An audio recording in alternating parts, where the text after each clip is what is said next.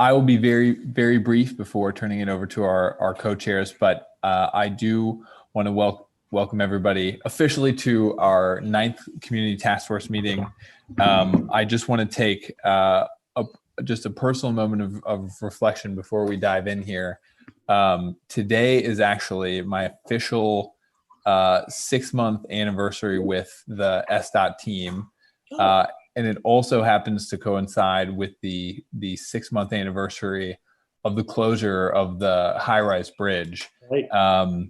And I started that morning when that news was delivered. I just wanted to show everybody, and I'll describe for Marcy and those who can't see the image, but this is my staff photo ID that was taken that morning when I got my SDOT pass after finding out that the West Seattle Bridge was closing, and had to organize a completely digital press conference with the mayor and everybody and start putting these pieces together. It was just a painting of the famous picture, The Scream. But we've come a long ways, and a lot of work has been done, thanks in no small part to this group here. And part of that progress is using a new platform today, using Zoom, which is long overdue, and I think will provide a number of benefits to all of us, including the ability to utilize closed captions, the ability on the back end to lower digital hands after folks may forget to lower them, so don't get confused about who's had a chance to speak and not speak, and just a much more easy set of functionalities in terms of the chat and tracking and everything like that. So thank you everybody for working with us as we transition to this new platform. For everybody who is watching, the community, if you have questions and want to be in touch, we encourage you to send us an email, West Seattle Bridge, all one word, @seattle.gov. And with that, I'm going to turn it over to Paulina. Great. Thank you, Michael. Good afternoon, everyone. Officially afternoon, yeah. I hope you're enjoying this rainy day after the smoky times. We're definitely grateful for the rain today. Today, as usual, we will be having a packed agenda, but as we are coming to this new platform, hopefully we will be able to interact in a better way and make the meeting more accessible for everyone. So thank you for your patience and waiting, and as we are figuring out making sure these meetings are accessible for all our folks listening in, being part of it, and also for the stakeholders, of course. So we're going to be doing some introductions pretty soon of new members. Today we'll be learning. You hopefully received all the materials that were sent in advance. We're going to be doing lots of thinking as a community stakeholders as we're addressing the cost-benefit analysis. Hopefully those questions that we prepare for you are serving to help you come better prepared to the meetings and to have these discussions. We will be talking about the West Marginal Way, a great report with some wonderful news as well. Then we will have back our breakout rooms around 1:20, where we will be able to share some information as group A and B. Again, it will be randomly distributed. And then we would identify some next steps. So I hope that we can remember that we are using this new platform. We'll be talking more about how to use it and into the next slide. So Greg, why don't we welcome our new members? You bet. So our group, of course, is here at the request of the mayor to give advice during her decision making, and she's asked Diane Sosney to join with us. Diane is the president of SEIU Local 1199, which represents about 30,000 nurses and other healthcare workers in Washington State, and she is a West Seattle resident. So Diane, why don't you take a moment to introduce yourself and see if you can unmute and make the technology work for us. Great, and thank you, Greg, and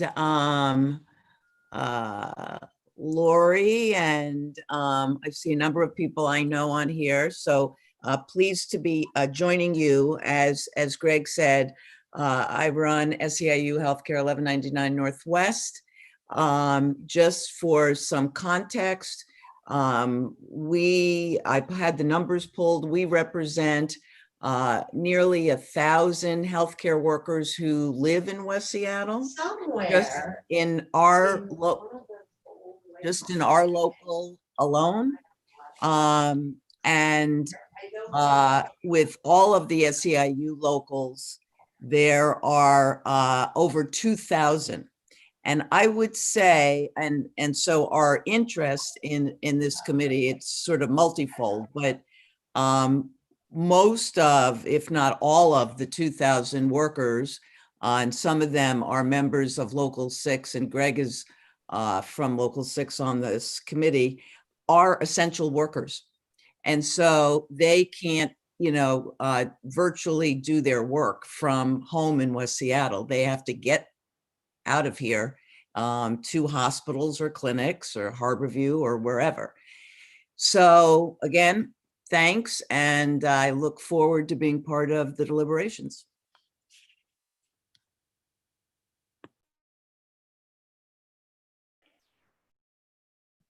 Thank Thank you, you, Diane. And Paulina, over to you. Yeah, we're very grateful to have you join our team. And just as a reminder, as we're moving forward with the agenda, that we do have a chat box that we feature that we could be utilizing. So instead, of interrupting or being in the middle, use the chat box and the raise hand feature that we have to make a statement in case we missed you. We're going to be monitoring for sure between Greg, Michael, and myself. Also, when you're asking questions, it's always a good reminder to introduce yourself and every time you speak and ask a question. Or if you're referencing something on the screen, it's good to describe what it is as clearly we can all understand what you're referring to. And then if you feel like we have missed you, please flag it for everyone. We wouldn't want to make you feel that we didn't hear you. So those are just reminders as we're moving. Also, remember always we have group agreements on respect and sharing the space for everyone, etc. But now I think we're going to be moving into presenting Heather with the West Seattle Bridge update. Well, let me just interject, Paulina, before Heather does that. We've got a lot to take in today. The first part we'll be talking, the bridge update and West Marginal Way, and we'll have questions and answers. But the second part, we're going to dive into the cost-benefit analysis. We're going to look at the risk factors. We're going to look at the attributes in real detail. And during that, what I'm going to ask is that you hold off if you have questions during the presentation so we get through it. And then our breakout sessions are designed to give us a good opportunity to ask those questions and have a conversation around those issues. So these first couple, great. They're more like we're used to having, but that last part is going to be a real heavy duty dive, and please let the presenters go through that. All right. And one more thing, there is some question in the chat, and I did want to make sure that we can all find the button for raising your hand. So it's different than WebEx. It's not a little hand silhouette. It's a button shape that you press that says raise hand. And I just, with the technical difficulties we were having, I would ask that we just take 10 seconds here where everybody work to find the raise hand button. And to reach there, if you click on the participant icon in the sort of middle-ish left of the bottom of your screen, it will show the chat function and the list of panelists. And just below the list of panelists is the gray outline raise hand button. And if anyone is having trouble finding that, would you, I'm going to give you sort of 5 seconds here to acknowledge that challenge so we can make sure tech can help you, or we can help you locate that. I'm seeing mostly head nods.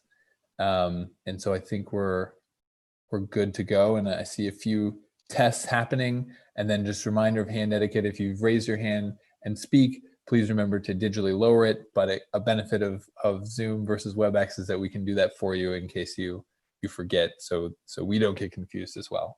And so with that, and finally, Heather, I'll turn it over to you.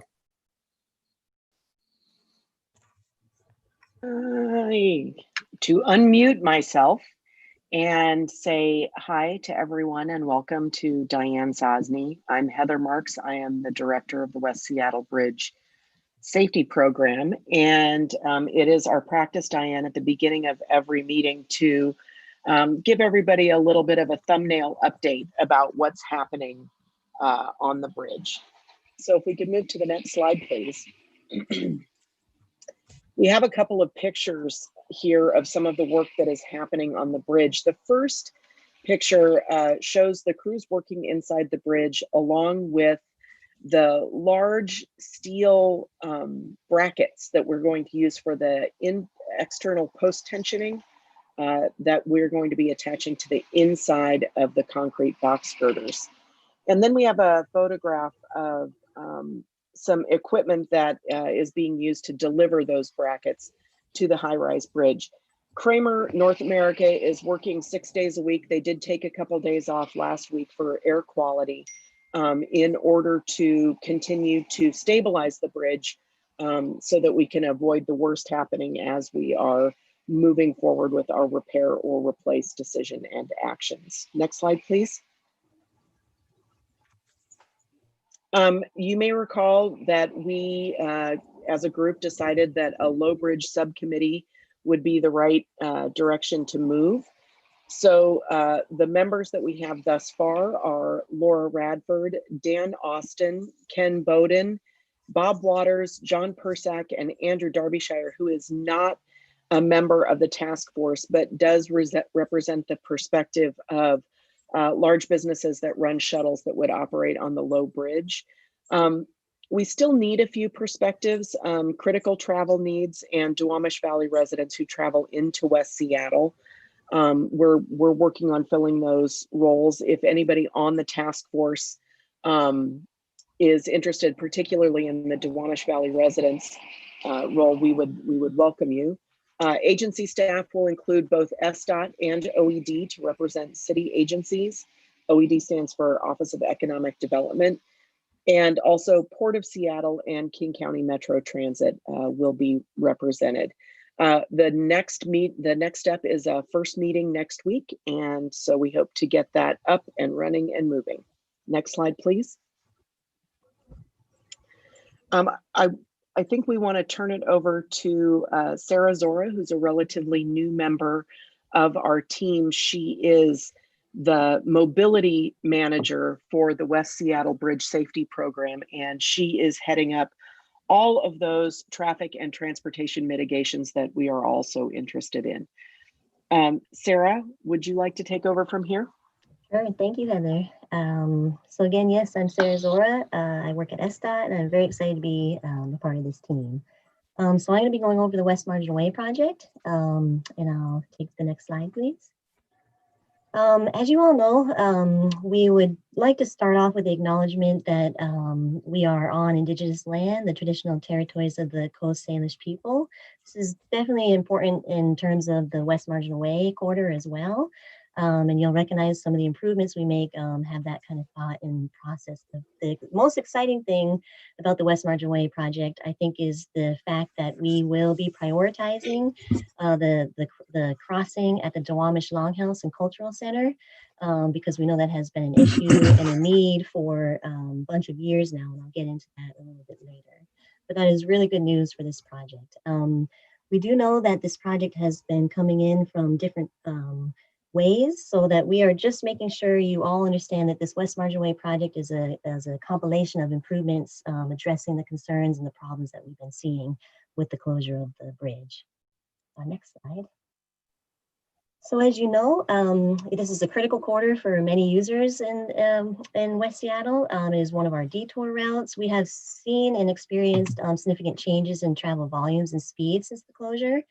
Part of the challenges and part of the problems we're trying to solve are the need for safe crossing and accessibility for the Duwamish Longhouse and Cultural Center.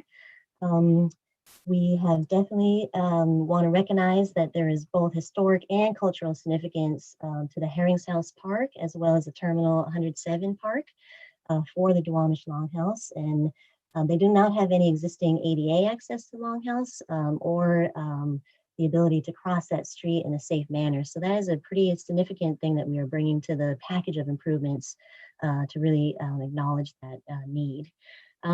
We do know that speeds have also grown. We have recently reduced the speed limit from 40 miles per hour to 30.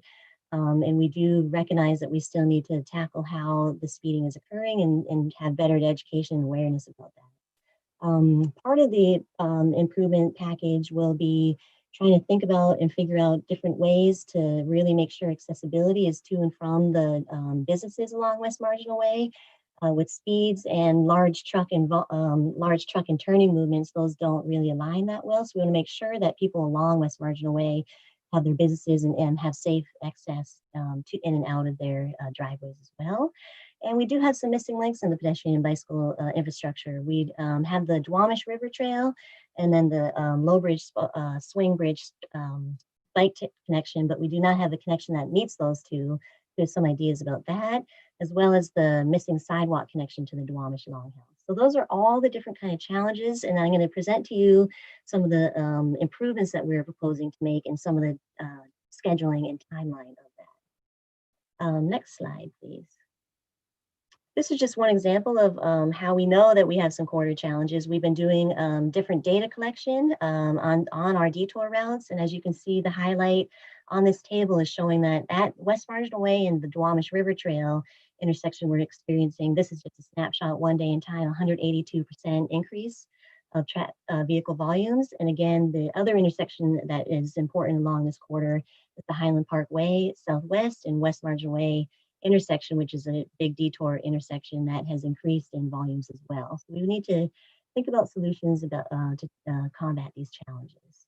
Next slide, please. So I'm going to be going through the improvements in a logical number way.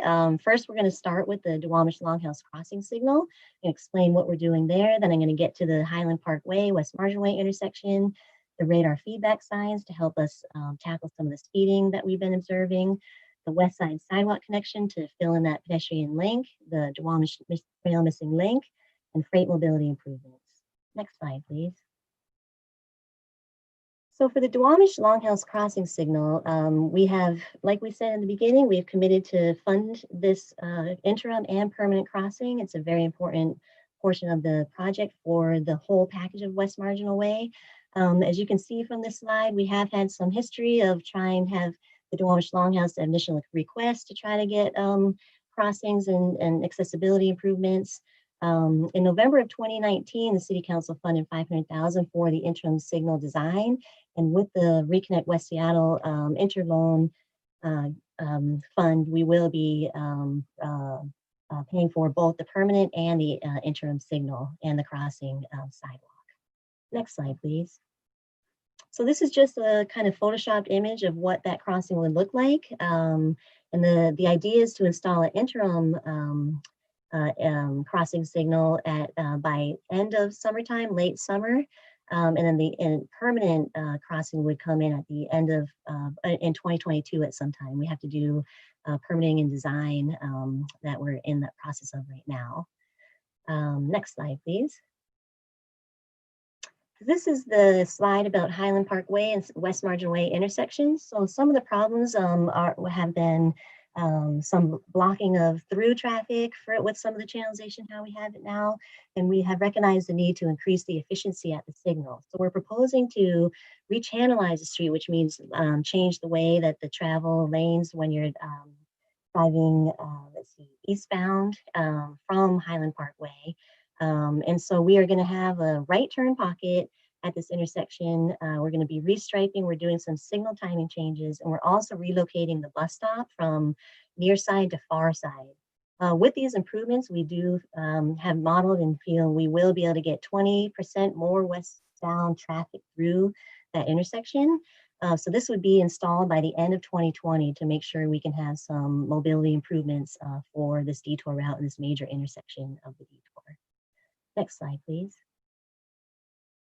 The other important thing that I said to try to make sure we help reduce speeding and making sure people are aware of the speeds that they have is to install 6 new radar feedback signs. And these will also be along West Marginal Way, and they will also be installed by the end of 2020. Next slide, please. So this west side sidewalk connection, if you can see the map on the right side of your screen, it would really be an asphalt connection to ensure that we have a safe place for people to walk from the existing half signal to the Duwamish Longhouse. So this is a really important part of how we're trying to make sure people have access to the Duwamish Longhouse prior to the interim signal coming in. And we do believe that we can get that installed early to mid 2021. Next slide, please. So this is about the bicycle improvements and some of the ways that we are looking to fill the gap between the existing Duwamish River Trail and the West Yellow Bridge Trail. Currently, we have these 2 existing half signals, and the idea was to have the 2-way protected bike lane be on the west side most of the 2 southbound lanes that we have on West Marginal Way. They would be able to allow people riding on the Duwamish River Trail to cross the street into the 2-way bike facility at the existing half signal and cross back over to the other existing half signal where they can pick up the trail, or they can do the existing neighborhood greenway connection to get up to the West Yellow Bridge Trail. We do want to have some more community discussions about this because there also is an idea that we could extend that 2-way protected bike lane all the way down to the upcoming interim Duwamish Longhouse signal as well. So we are looking at the potential for late summer 2021 implementation of the 2-way protected bike facility in that portion of West Marginal Way in conjunction with the 2021 interim Longhouse signal. Next slide, please. And we also had been talking about freight mobility improvements. As you know, we have been thinking about the potential for a freight and access business lane that would be on the northbound side of, in the easternmost lane on the northbound side of West Marginal Way. We are still considering what that might look like, the advantages, the impacts of having that roadway channelized on the northbound side. So we're still going to be working with stakeholders and trying to determine what the freight and mobility improvements could and should look like. A lot of the things that we've been hearing about from the freight stakeholders is about driveway blockages, high vehicle speeds, so some concerns about turning movements in and out of their driveways with some of the big trucks. So we're still looking at what kind of freight mobility improvements we can make on West Marginal Way that would help satisfy some of that. It could be, as you see, there's about 4 or 5 locations on West Marginal Way where we have do not block the box kind of signage, or in the potential for some pavement markings to show where we have need for people to make sure people can come in and out of their driveway access.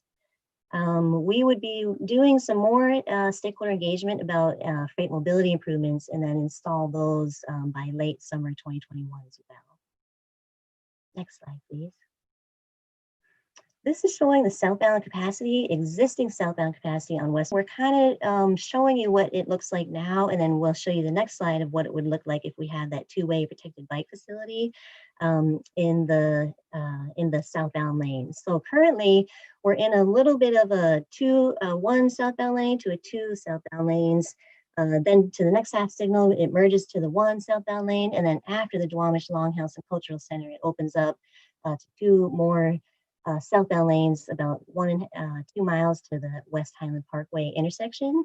So this kind of configuration is a little confusing. If you go to the next slide, I can explain more about what we've been seeing about the southbound existing capacity. So when we've been out there observing, since the closure of the bridge, we have been noticing and seeing that 80% of the southbound vehicles are using that middle lane. So not too many vehicles are actually using that outermost lane where we're proposing to put that 2-way protected bike facility. We have noticed that if there are people speeding, and some people are actually using that outside southbound lane, curb lane for passing vehicles that might be traveling at the rate, the posted speed limit. And so part of what this the rechannelization that would go from 2 lanes southbound to 1 lane would be better predictability for all users of the roadway. It would allow for us to have that protective facility for people riding bikes. And a lot of the capacity constraints are actually just at the 2 intersections. If you go to the next slide, please. You know, part of what the delays we've been seeing for that southbound 1 lane would be really, if anything, a 10-second delay for general traffic at those 2 existing half signals.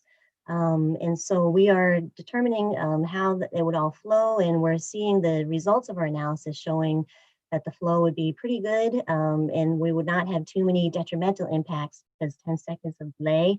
We are expecting that all the vehicles that are queued up at those existing half signals would be able to make it through the signal cycle in 1 signal cycle.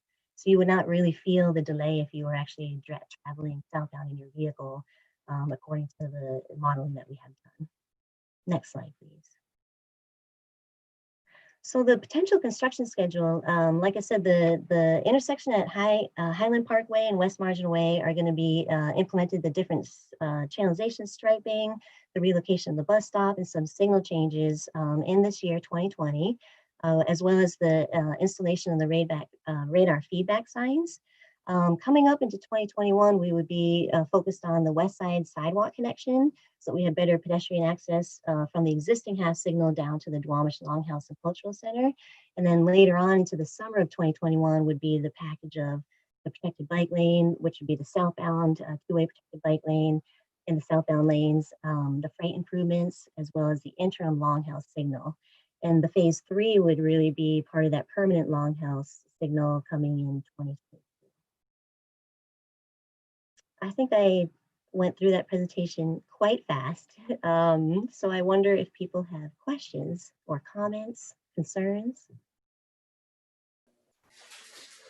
So just acknowledging the order that I've seen hands and questions come into the chat, and a reminder, we'll take questions from digitally raised hands, but also those who have shared their questions and even comments in the chat. Urge and ask you if you feel comfortable to share those with everybody directly. So the first hand raised I saw was Ken Bowden. Ken, do you want to ask your question? Yes, thank you. And hello, everybody. Good morning or afternoon, I guess, at this point. My name is Ken Bowden. I work at Nucor Steel, and we have a facility that sits on West Marginal Way at T105. Mm-hmm. So question, and maybe even just voicing of a potential concern. The question, I guess, would be for Heather and your team. As we go through this and working on that West Marginal, both in the northbound freight lane only potential, also the southbound, doing the construction and turning that into a bike lane, even the crossings, so our facility down there at T105 and others that are not on this call that are on that West Marginal that rely on that movement, both the construction component mm-hmm. and also the impacts of, removing of those lanes.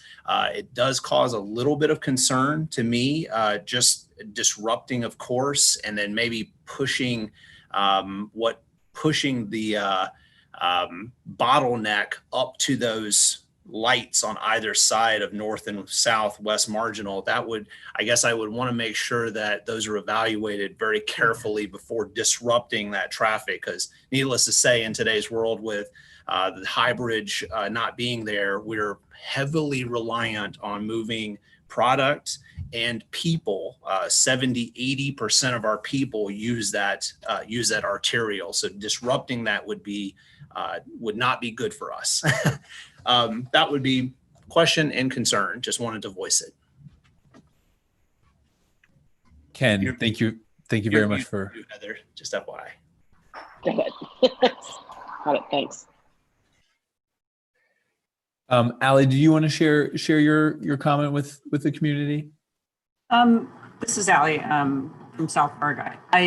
I think I would just want to echo what Paulina said, and just that this has been a lot of work that the South Park community and the Duwamish Valley Safe Streets group, which represents stakeholders from Duwamish Valley, including South Park and Georgetown, have been advocating for years. So we we strongly support these projects. One of my comments was just about the existing crossing with the trail, in that the crosswalk needs to be restriped over there, and that the timing of that signal light should be adjusted to allow the cars to actually stop. So most cyclists who use that route know that once you get to that light, you press the button, the light goes red and cars just go right through it. And if you're unlucky enough to start biking through there, you will get hit. And that has happened multiple times. So that was just a comment about the general area. But just want to echo the strong support that Paulina shared via the chat, because we've been advocating for a lot of these changes for a long time. So thank you. Allie, thank you so much for sharing that. We're going to go to Deb, who has her hand raised, and I believe had a question about the fab lane. Then Mayor Nichols, Commissioner Steinbrook, Dan Austin, Bob Waters, and Peter Goldman. And I'll put that order also in the chat. Thanks. I really appreciate SDOT putting this presentation together on this important corridor. Thank you, Heather, for the clarification on the fab lane. I see some great PR potential around that. And I am really glad to see the intersection improvements, item number 2. My one comment, and maybe it's more of a question, how can we speed up the delivery on number 4? That would be the west side, I'm sorry, it's the bike connection, number 5. It's geared for late summer, midsummer, but I think it's very important to get that bike connection installed as close to the spring, early spring as you can, because bike riders need that connection yesterday, and pushing it off till midsummer doesn't do anybody any good. So I'm encouraging speeding up that timeline on the bike trail connection. Thank you. Deb, just really briefly, the plan is that the bicycle facility and the freight improvements, as well as the traffic signal for the Duwamish crossing, would all go in together. So to the extent that we can speed up the installation of the signal, we can potentially speed up those other improvements, and that's going to depend on Burlington Northern San Ignace to work with us.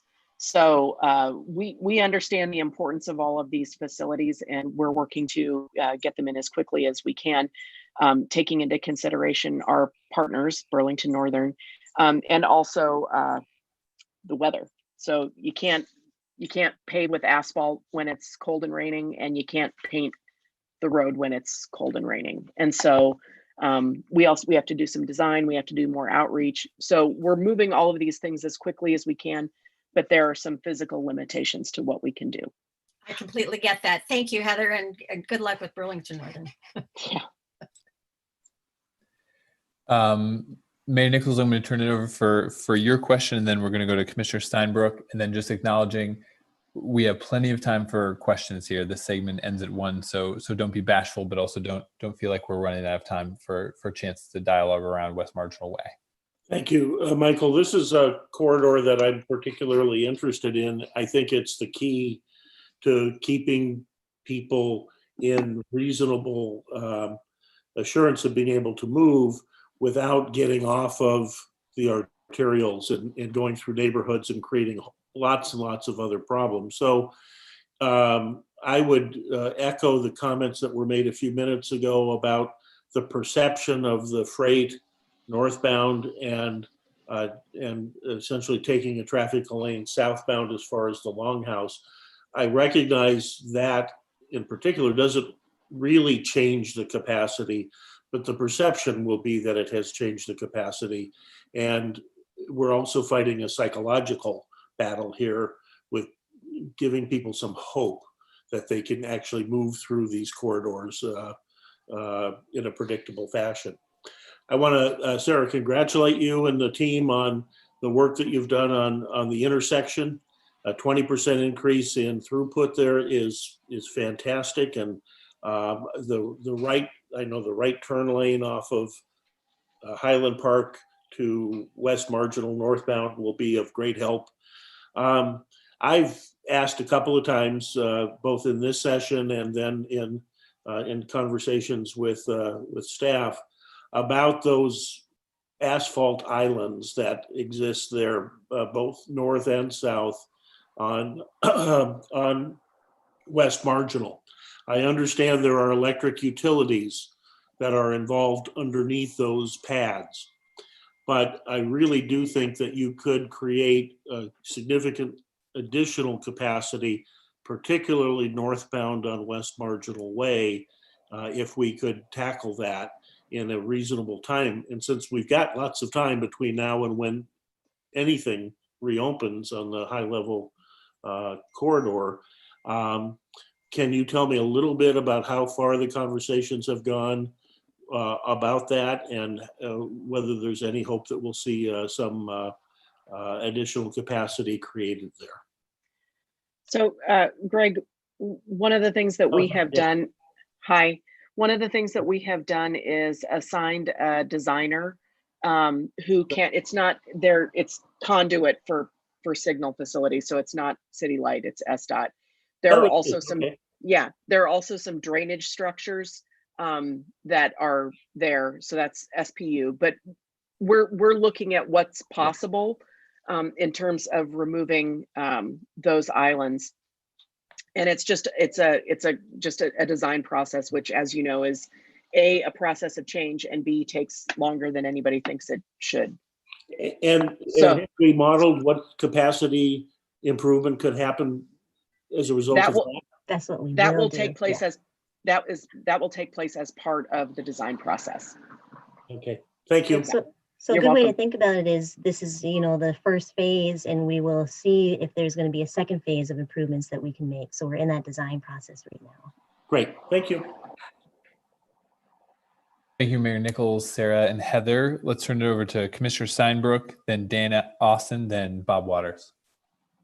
Well, good afternoon, everyone. Just a couple of points. I want to make it absolutely clear that the Port of Seattle does not support a dedicated northbound freight lane. Mayor Nichols, you should be happy to hear that, and others. We don't see value in it. We see it as creating another safety issue and conflict, and potentially would slow traffic with turning trucks. I would ask if SDOT, we're not sure where that idea came from, but I would ask SDOT if they have surveyed the businesses, and those particularly with curb cuts and truck turnings that are frequent daily occurrences there. But just to reiterate, we don't see it as beneficial, and we hope that idea will be reconsidered and withdrawn. I want to say regarding the Duwamish Longhouse and crossing, we strongly support that. A safety improvement is permanent. Safety should always come first, and I think that will contribute significantly to safety as well as enjoyment of the offerings there. I think Peter Goldman, my friend Peter, is going to speak with his knowledge and expertise on the bike lane issue, but I particularly liked his comment in the chat box that, quote, bikes just want to be safe. We all do. Not necessarily in a dedicated bike lane. So maybe there's a way to work that in a sensible way that can balance the safety needs while still allowing, good access and mobility. I wonder if SDOT has any data on the bike commuters who used West Marginal versus non-commuter bicycle traffic, and what's expected into the future. I certainly support bike infrastructure throughout the city and believe it can help relieve congestion as well when it comes to daily commutes. But I was curious to know what data might exist regarding the expected bicycle traffic there. And then lastly, since these improvements are addressing an urgent need now due to the closure with the diversion of vehicular traffic to West Marginal, Some of these certainly are beneficial long-term, but does SDOT expect that West Marginal will resume to pre-closure levels of traffic volumes, or more or less continue to be, at high volumes that are the result currently of the bridge closure? Thank you. Sarah, do you want to? Sure. I will admit, I might not have gotten all of those points in my notes, so I will appreciate the help to answer some of the questions. We hear you loud and clear that the port is not in support of the freight access and business lane. We definitely recognize that we have been meeting with stakeholders, businesses along West Marginal Way to try to get better input on what might help solve some of their issues that they're finding with the increased volumes and speeds on that street. That's why we kind of have presented the freight mobility improvements as still up in the air, still wanting to talk with our different stakeholders to make sure we do have the best proposal moving forward at this time. I will say in relation to the bicycle question, we did hear from the Reconnect West Seattle surveys that this was a really important bike connection. We do not have numbers at this time of how many potential users might actually ride there. Part of it is, we have to make sure that there's safe and accessible places for people to bike, and recognizing that we have pretty large mode shift goals as well. So how are we making sure all of these potential components of the West Marginal Way package will come together and help solve more than just a couple of different mode share goals. And I think the urgency is definitely important. I think Heather was kind of explaining that we do have some important things happening at the Highland Park Way and West Marginal Way intersection to be implemented by before the end of this year, as well as the radar feedback signs. And the other components do take some more time for design and community discussion and further engagement. And Heather, I don't know if you had other responses for it. I was focusing maybe on Commissioner Steinbrook's final question about whether or not we expect traffic to go back to pre-closure levels on West Marginal Way, or if we expect it to remain high volume. I think that's really hard to say. What we know is that when there's a big change like this that lasts a little while, people change their goat paths, right? People change the way that they get where they're going. And I'm a goat path driver. I have like one way that I get places. So I think that it's really hard to say. And I think it would depend on what happens on West Marginal Way and in Georgetown that might make that a more attractive route. I also wanted to note for you, Commissioner Steinbrook, that in fact, the problem and this potential freight lane idea came from the businesses who are along that riverside of West Marginal Way.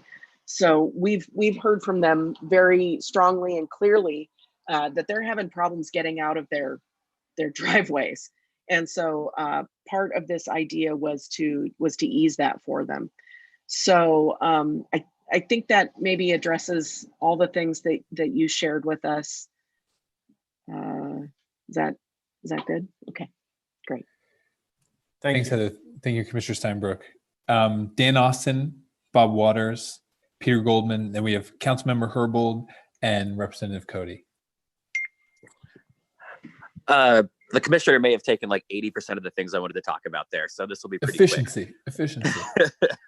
I'm really concerned about the southbound bike lane, protected bike lane, removing that lane of traffic, and wondering if the modeling is on current volumes or volumes when we expect the economy to reopen back up here a little bit before the bridge happens.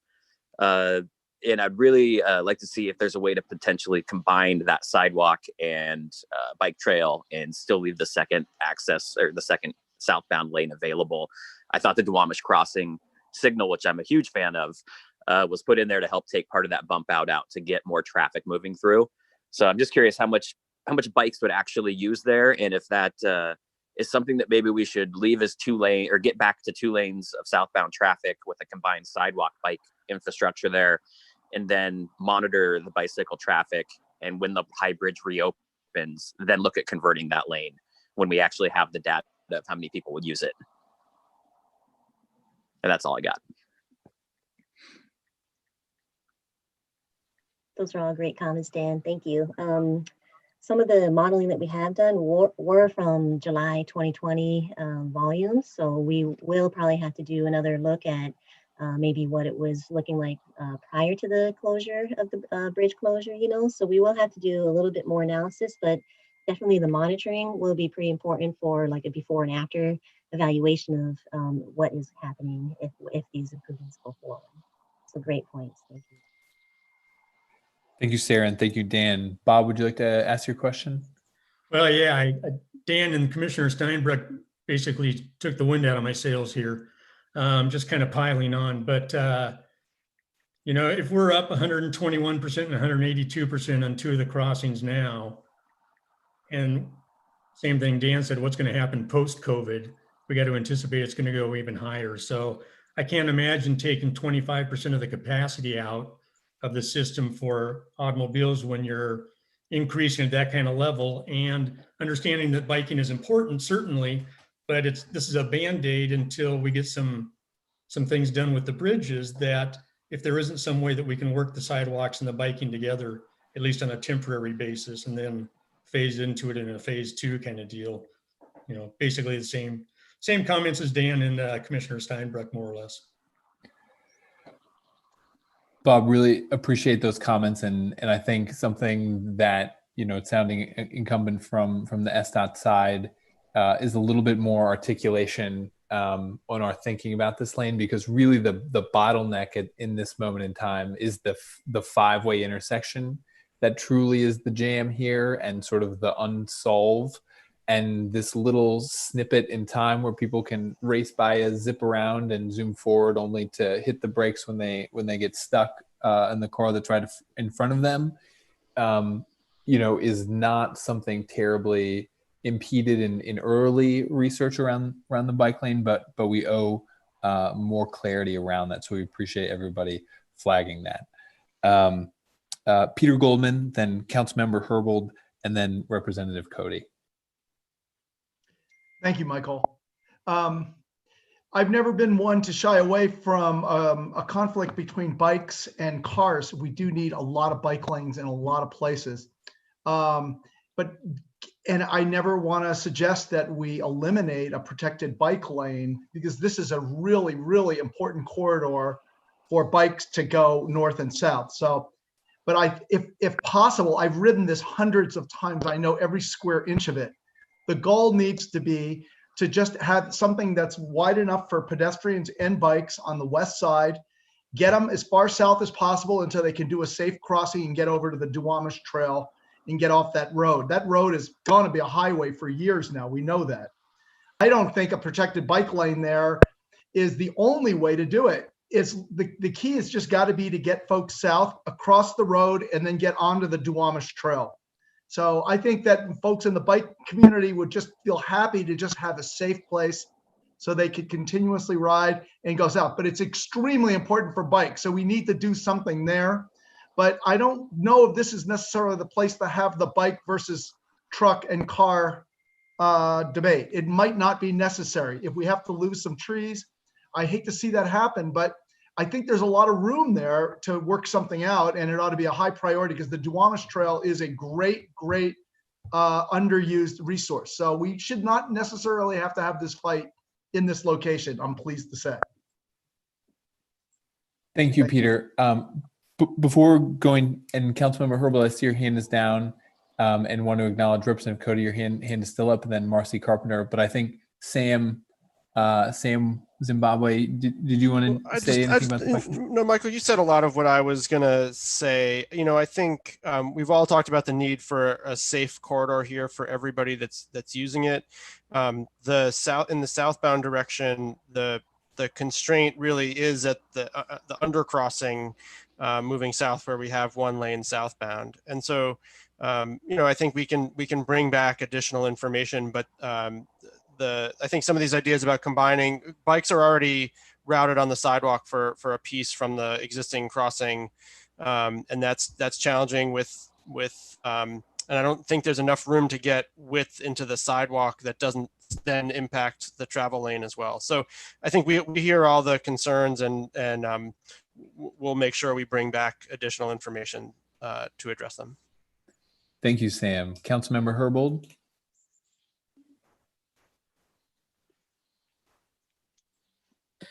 Great. Thank you so much. Really appreciate hearing this discussion around the bike lane and thinking creatively outside of the confines of a sort of a cookie cutter protected bike lane approach, given the potential conflicts in use, as well as our, I think, shared objectives for this corridor. The question I wanted to ask relates specifically to the Duwamish Longhouse crossing signal. Really appreciate SDOT's continued commitment to this project. Last I heard, and if you addressed this already, I'm sorry, I missed it. Last I heard that the design costs, I believe, were fully funded, but the actual construction of the permanent signal, or the costs associated with the capital side of the project, has not been funded yet. Just wondering what SDOT's plans are to go from design to building the crosswalk and the permanent signal. SDOT has fully funded construction. It has. Of the project, yes. Okay, thank you. That's news to me, and it's great news, music to my ears. Yep. Thank you, Councilmember Herbold. Thank you, Heather. We're going to go to Representative Cody, and then Marcy Carpenter is going to have the last word before we move on to the next section here. So my question was about the northbound lanes between First and Highland Park Way on West Marginal, because I have almost had my own accident there, where because we have the backup of people going northbound, that people will try and stay in the inside lane and try and crowd in at a later point before the turn lanes. I hope I'm explaining myself well enough. And then people that are only going to go up Highland Park will go out into the turning marked lanes. And I think there's going to be an accident there. So have you looked at that stretch, and is there going to be some restriping or anything that way? Because I didn't see it on your proposed drawings. If we do not currently have that as a part of the package for West Marginal Way, but I'll make sure that our engineers are looking at that for sure, and we can see what we. Yeah, there's lots of illegal stuff going on. Okay. Thank you for that. Marcy, your hand is raised. Do you want to ask your question? Sure, just a couple points. This is Marcy Carpenter. First, echo what Representative Cody said. As a passenger in a car, I've experienced so much illegal lane changing and a lot of other things.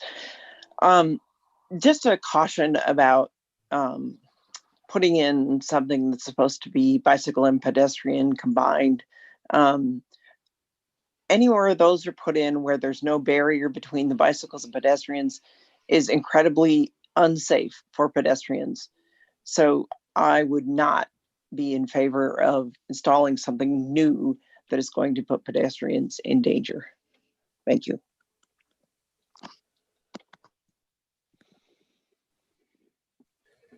Thank you, Marcy. Appreciate that very much. Can I just say thank you so much, Marcy, and for you, Representative Cody. I just want to note that engineering isn't always the solution to illegal behavior. And so illegal behavior is something that individuals engage in often because they are frustrated or impatient. And so I just want to remind all of us, and we can spread the gospel of safe driving perhaps beyond this meeting, that driving is a communal activity and we all trust each other to follow the rules. So it's really important that everybody follows the rules. And so just, you know, as you're driving through a neighborhood, remember people live there. As you're passing through a corridor, remember that all sorts of things are happening there beyond your need to get wherever you're going. So Sarah, you know, has taken great notes because that's how she does it.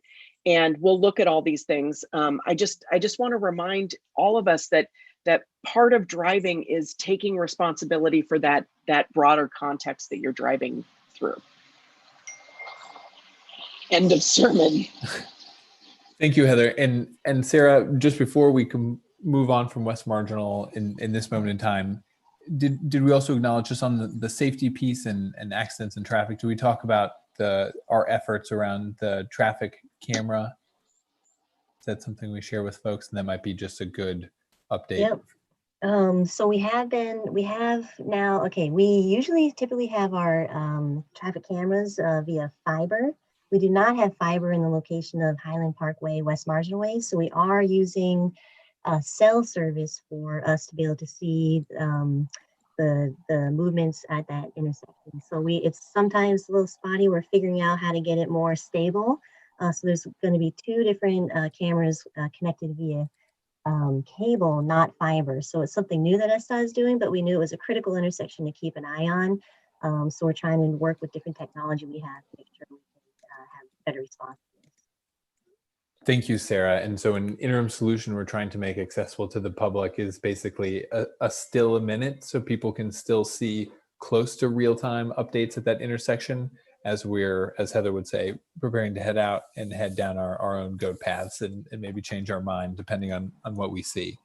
And with that, I'll turn it over to Heather to transition us into a conversation about the cost-benefit analysis. Hey, so thank you so much, Michael. And I'm going to actually, in a moment, turn it over to Greg Izzo, who is the manager of our whole capital delivery team. And so he's a really important person on this project, and I hope you'll be hearing a lot more from him as time goes on. But before I hand it over, I just want to say that we're at a really exciting moment for all of us who are closely tracking everything West Seattle Bridge. And at SDOT and through this task force, we've been pushing to move every little thing faster. And it might not always feel fast, but I assure you that both by city standards as well as, you know, municipal standards anywhere, we are really breaking land speed records. So I just want to make sure everyone's aware of that. And if our bridge team brings me something for review and I like it, they know the deadline to get it done was like 10 minutes before they even brought it to me. So I'm only partially kidding, as maybe you can see Sarah nodding her head right now. We've all worked really hard and we're getting really close to a big milestone where all those little things are kind of coming into place and making big things happen. And I just want everybody to take a minute for that. The repair or replace decision and associated timelines that goes with is one of those big things. That's like the start of our decision tree, you may remember. So just a couple of things to come back to this group of updates on our timelines. Or a few times we've come back, and you know, some questions are: how much life do we think we can get out of a repaired bridge? How soon would the pathway restore travel to the bridge? How soon will replacement do the same? And we'd like to do that again because we've had some really important technical conversations over the last few days within SDOT, with our design team as they come on board, and with our experts and partners at WSP, our lifetime partners there, and with our technical advisory panel as we work to finalize the cost benefit analysis. A critical factor in our decision making is our estimate for how long it will take to replace the existing high-rise bridge.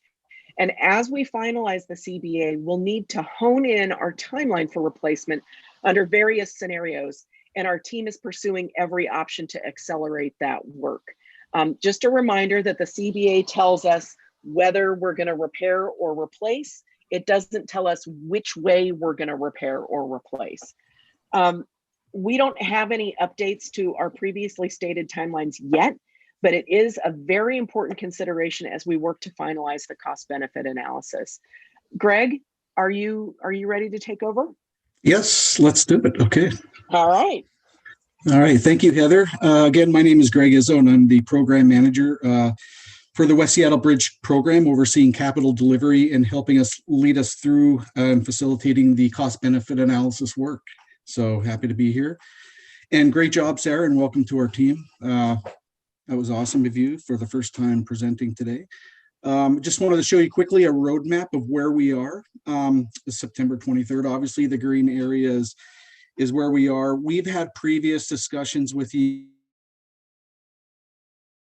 on the attribute, and especially not only identifying the attributes, but also helping us weight those attributes as well. And we made a couple of refinements to our attributes based on our previous discussions, particularly to the community workforce and regional impacts, business and workforce impacts, we'll name it as. So we've changed that attribute to reflect that, and today we'll be talking more later on about how we measure that and what the measurement is. So, but for today, we're going to focus on looking at our weighted attributes, the way they came out through the evaluation of all the teams who've participated in that. And next, we're going to look at our measurables. It's kind of a deeper dive into the attributes where we look at our measurables and how we measure those measurables. It's an important factor because our asset owners, our engineers, and the other subject matter experts are going to take on another exercise, which is developing an overall performance rating that is based on those measurables. So it's an important factor and something we definitely want to get input from everyone today, including CTF. And as Mayor Nichols had mentioned earlier, I might breeze through some of the more detailed slides that get into the measurables so that we could save that discussion for our breakout session. But the green area is right about where we are, and we're well over halfway through our CBA. So we're looking to wrap things up soon and get into our findings. Right now, we're still in our findings. We're going to be moving toward a report and recommendation next, but not without gaining a lot more input and finalizing these attributes and risks and costs. Next slide, please. So your role on as the task force, providing input and guidance to the mayor, identifying pros and cons of the replace versus the repair options, and obviously sharing your concerns and considerations with the mayor as she makes this critical decision. Next slide, please. Cost benefit analysis this week. So we'll be again talking about the role of the schedule and how we measure the attributes, as I mentioned earlier, as well as how we assess and rate our risks and monetize those risks. Last week, again, we've gotten input on really defining the process, defining the attributes. We've gotten to a good place. Now we're ready for the next step of quantifying things, monetizing things, and taking it to that final next step of preparing reports and recommendations once we're finished with our initial findings here. Next slide, please. The role of schedule and time. So schedule is a primary component measurables that we have, and you'll see that as we come across it in our breakout sessions, is time is a big factor in all of this, and it really plays into most of our risks, as well as the measurables for each of the attributes. As we get to those, we'll be seeing that repeat itself, that schedule and time is imperative. Schedule is a primary driver behind many of the risks, like I said earlier, and how we quantify that is basically through a schedule or through monetizing. What that means is as a cost to the project via risk. And schedule and time to open are some of the most important considerations as well. This is, and we hear time and time again, obviously it's one of the highest priorities for not only us, but everyone who has been involved in timing to reopen the bridge. Next slide, please. Okay, so just a reminder of performance attributes. We've already gone through this, and you have participated in helping us weight the attributes. Thank you very much. And we've received input from CTF, from TAP, and others who've been involved in this. It was a great participation group and a good sample. And so we now have weighted attributes. And again, as I mentioned earlier, our next step here is to develop a overall performance rating. And that means really developing each alternative for each attribute. And again, this comes down to the measurables of really being able to objectively evaluate each component of an attribute, so that we're drilling down and really understanding what's quantitative and qualitative.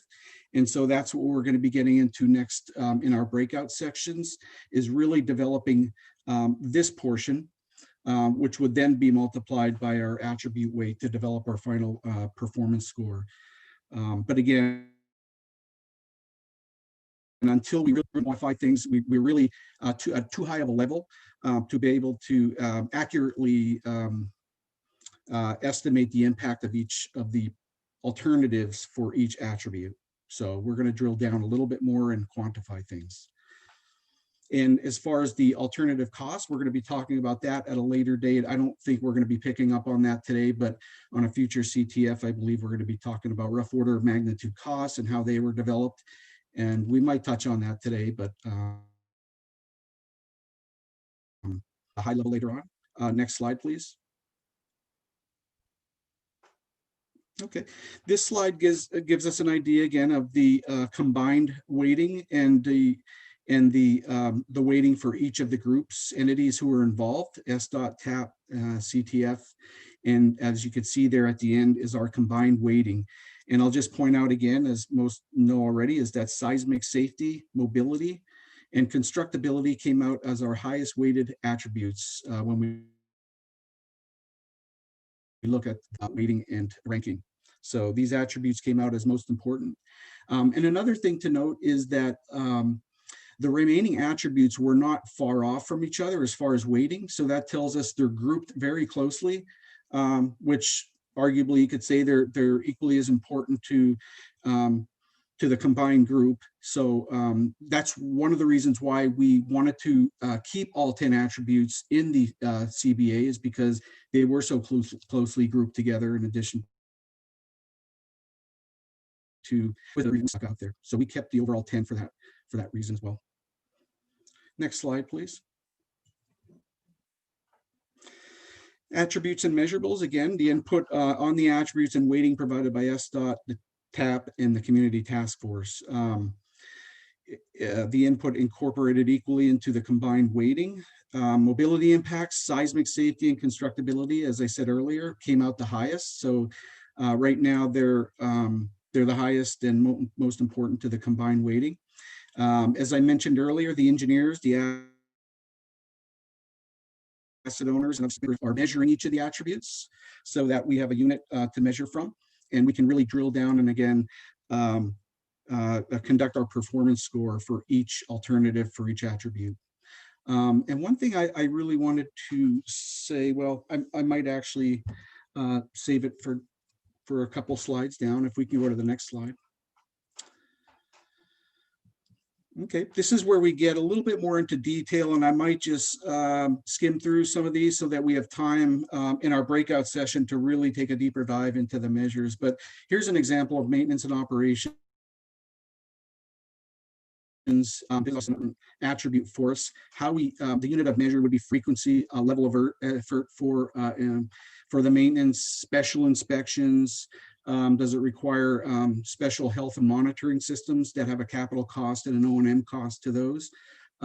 So this gives an idea of what the maintenance and operations attribute looks like, and we just want to make sure that we have the right unit of measures and that we're measuring it correctly. And we would like input on that. Next slide, please. Constructability, same thing. We're looking at again and schedule. Special contractors, are these is this specialty work that has to come from out of state? Is there in-water work, poor soil conditions, unknowns like that? So constructability is obviously one attribute that came out top 3, very important. So we're going to want to pay special attention to this and make sure that, again, that we're measuring it right, and that we're identifying all the measures that should be included with this attribute. Next slide, please. Environmental, obviously a big one for us as well. And as you can see, the measurables there: noise, vibration, the Duwamish waterway, which is a huge factor, which is very complicated and it impacts environmental attribute in multiple ways. Section 4F resources, archaeological sites, etc., emissions, and wildlife impacts, as there is habitat on the asset. Next slide, please. Equity, obviously another very important one for us. The duration of the closure, and again, we're going to get a little bit more into how the duration of the closure, what is the unit of measurement for this? How does it affect communities, underserved communities, and how do we quantify that? Do we quantify it with an equivalent amount of full-time employees that are impacted for businesses? You know, physical interruptions like construction easements, et cetera, or monetarily. So there's a lot of factors here, and some of these attributes, as we crosswalk them with other attributes, we want to make sure we're not double counting, but we want to make sure we're accounting for everything within equity and business impacts. So that'll be a nice discussion as we get into our breakout groups as well. Please, next slide.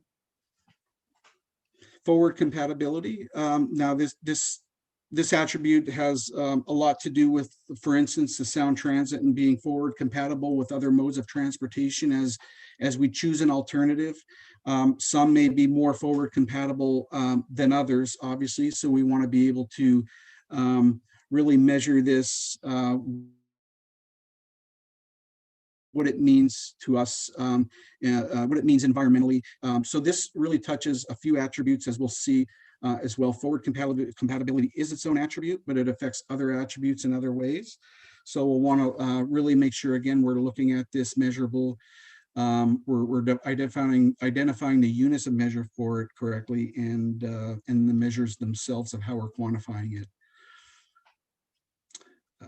Next slide, please.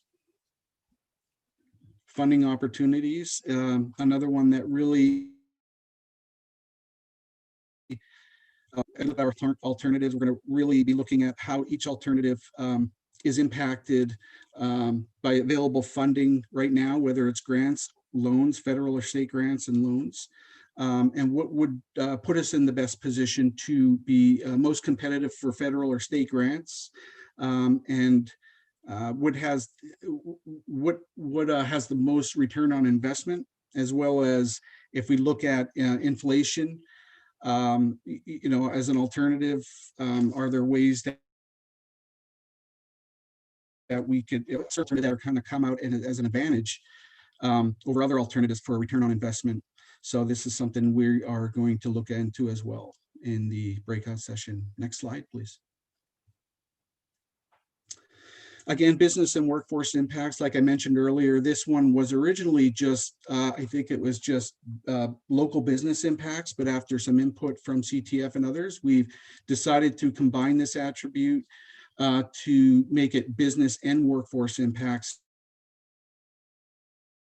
So to make sure we spend time on today to make sure, again, that we're capturing everything as a unit of measure and that we're measuring it correctly. Right now, we're translating it to equivalent FTEs, full-time employees that would be impacted. We're translating it to monetary costs, as well as physical impacts to businesses and properties via construction easements. So again, this will be a good discussion as we get into the breakout groups. Next slide, please.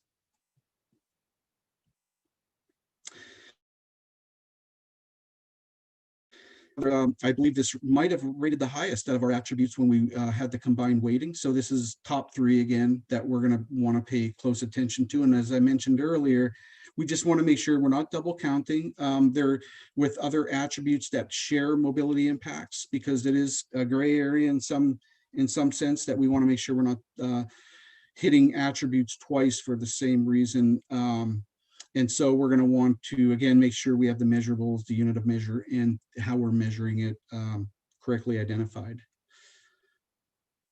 Next slide, please. Multimodal impacts. Again, not spending too much time on it, but we'll be talking about it later. Increased transit service during construction.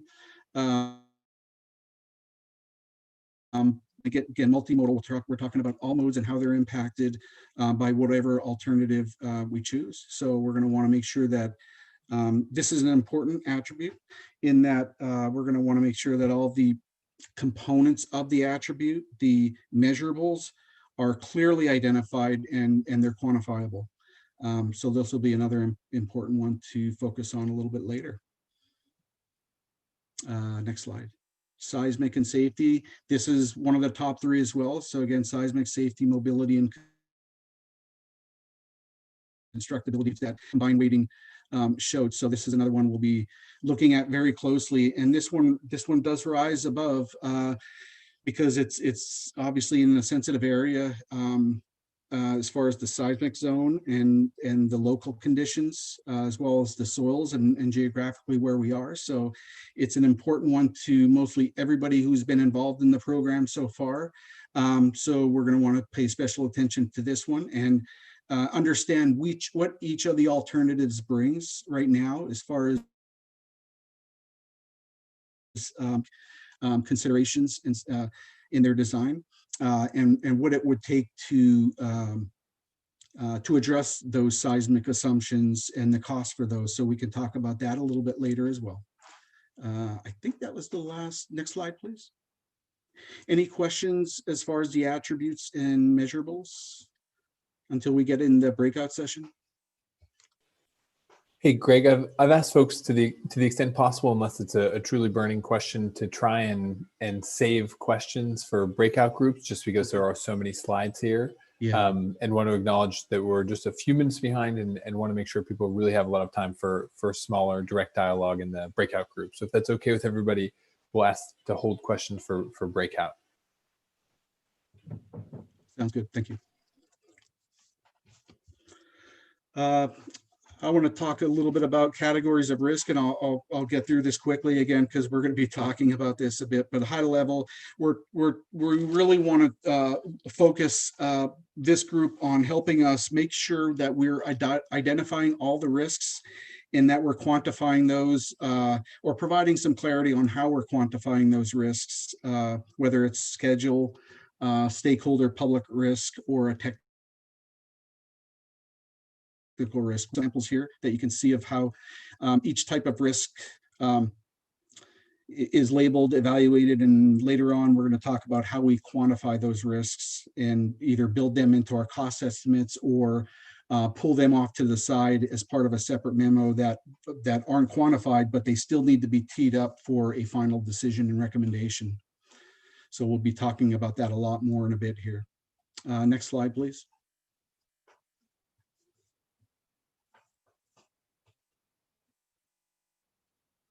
So as you can see, a repair path and replacement path columns. Most of the risks identified here, we're seeing some schedule risk, identifying and securing funding early to avoid delays. These are just some, but there's quite a bit we have listed so far. If we're missing any, we want to know that. Planning to work around BNSF's third quarter construction moratorium. We know that's there's obviously risks with that, as we see that on a lot of our CIPs. So a lot of the risks that are identified here are not new risks. They're risks that we are familiar with capital projects. So we know how to manage a lot of these risks through experience. Some are new. So we're going to be looking at just researching and doing our best as far as predicting the outcome of those risks and monetizing those or quantifying those. But we would like impact from the CTF as well to make sure that we're not missing any, or that we're or that we need more explanation or a better way to quantify risk. Next slide. Stakeholder and public risks. These are risks obviously we want to get and some of these end up being not so quantifiable, but they're qualitative, and we understand they could have a high probability and a high impact. And so we want to make sure that, again, we're identifying these risks. Risks never come off the risk register. They always remain there. They never get deleted. Some may get retired if we address them correctly, but they always remain. And so they'll always be teed up at the end toward producing a final recommendation and memo if we have to list or really bring these risks out so that they can inform a final decision or recommendation. Next slide, please. And these are all the technical risks, and there are a lot of them, and we can talk about them later. And I'll just point out a few, like seismic codes might change in the near future here.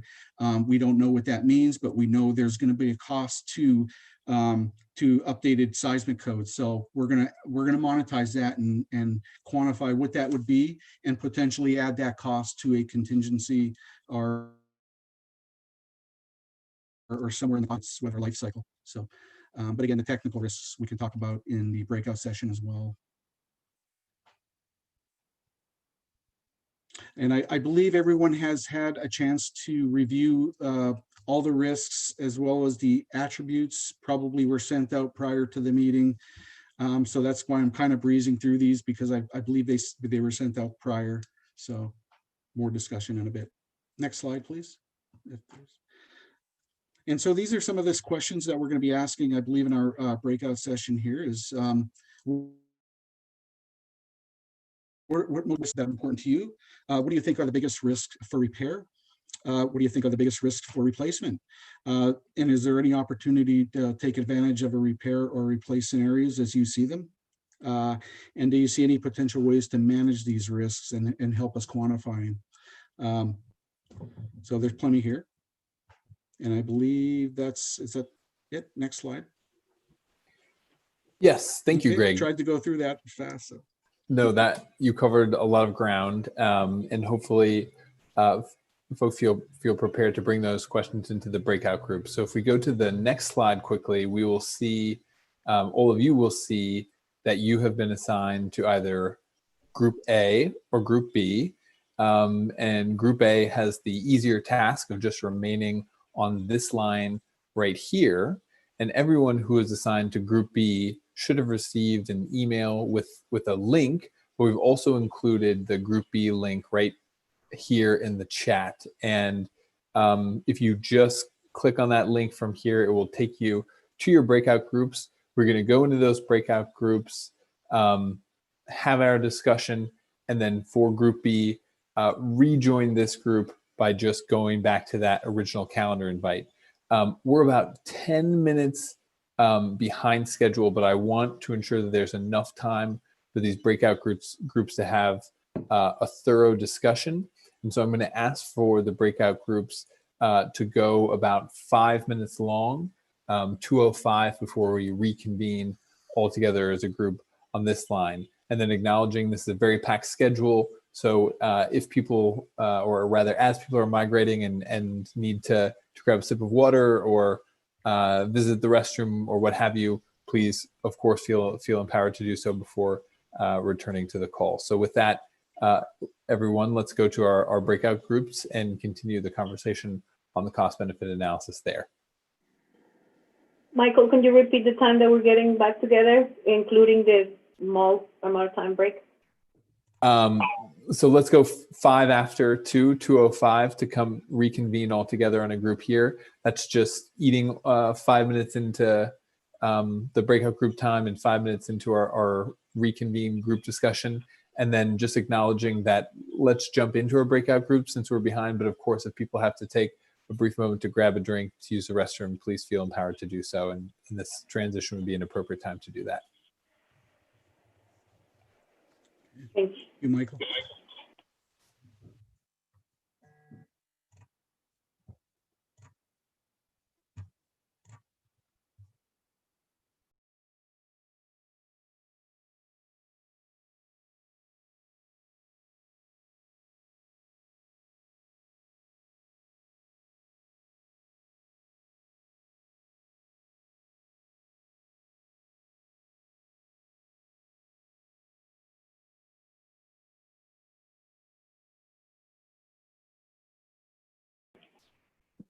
Paulina?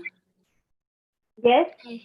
I want Noel to participate on my behalf for this section. Do you know how I get him in? You would have to share that link that we were sharing for the Zoom invite to him. Okay. The YouTube. I can add him, Lisa. Oh, thank you so much. I really appreciate it. I'm having some sort of a bad stomach issue, and I think I need to take a pause for the cause here. Lisa, we'll miss you, but please go take care of whatever you Okay, need. thank you so much. And I'll let Noel that he can get in. Great. Thank Much you. appreciated. Bye-bye. Okay, so how are folks feeling? Do you need a 2-minute break to come back, or you're okay? Thumbs up? Okay, great. Move. I have a good amount of people here. So thank you again for listening to all those presentations. I would love to, before we go any further the questions, to hear if you guys have any reactions or anything that you don't see covered in the questions that hopefully we will be, talking about the attributes, and maybe what questions do you have about the measuring the attributes, as well as do we feel like we need more information to understand what is included, or how is it calculated? Some of the risks we can cover too. What is the most important to you? Those will be great things to talk as a group. And what are the biggest asks for maybe the repair? What do you think would be the biggest risk? As well as the replacement for the repair. Do you see any opportunities that we can take advantage of the repair or replace scenarios? Do you see any potential ways to manage the risk? These are some of the questions that we have drafted. So before we start digging into them, do you think as a group we need to be adding some of these or main comments or questions you may have? Yes, Peter. Yeah, under the risk, I didn't hear or see a risk directly associated with funding uncertainties. And from experience has shown that one of the greatest risks to any super mega project is funding. And the funding sources potentially would be different for a repair approach versus a replacement approach. And I think that needs more vetting as to what pathway with regard to funding is likely to result in the least risk of delay of either, whether it be replacement or repair. Does that make sense? Yep. Totally makes sense. And would you like to include it? Anybody else for further comments about Peter's?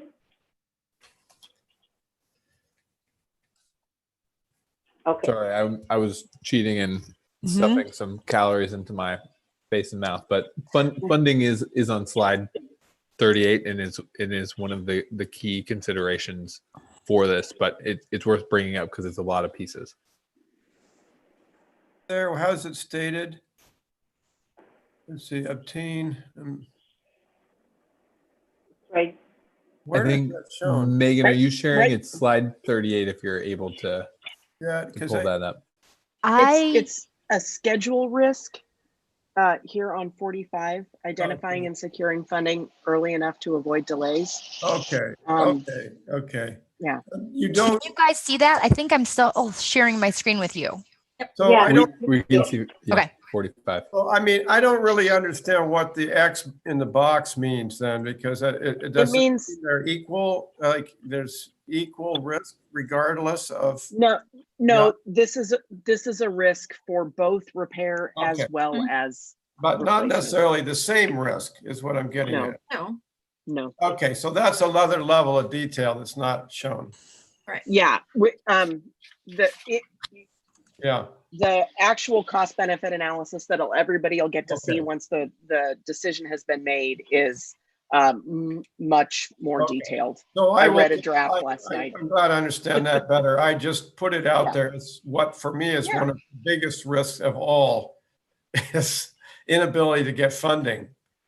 And that then leads to more delay. And that's, certainly a problem. So potentially.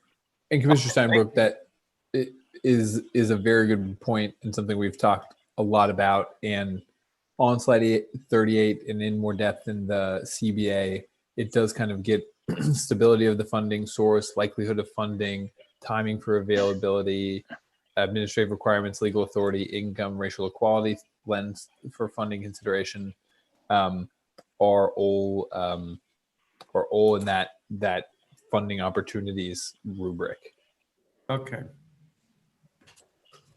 This is Marcy. Please reminding everyone to please say your names before you speak. Marcy, I was just going to say that. Thank you. Thanks. So that's, Commissioner Steinberg asking that question, Marcy.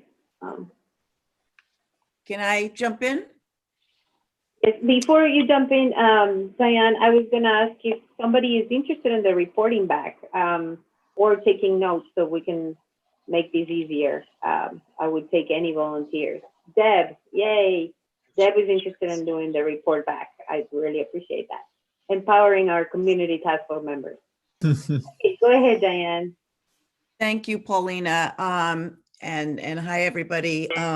So I know I'm at a disadvantage coming in after a lot of great work and deliberation has been done. At the same time, maybe I bring a somewhat unique perspective. But when I look over the attributes and measurables, one of the things I think about in view of COVID and what's happening is how many of the people, let's say, I've heard the number 70,000 live in West Seattle or the greater area, 80,000? Okay. 80,000 on the peninsula, 100,000 in the West Seattle, Duwamish Valley. Okay, area.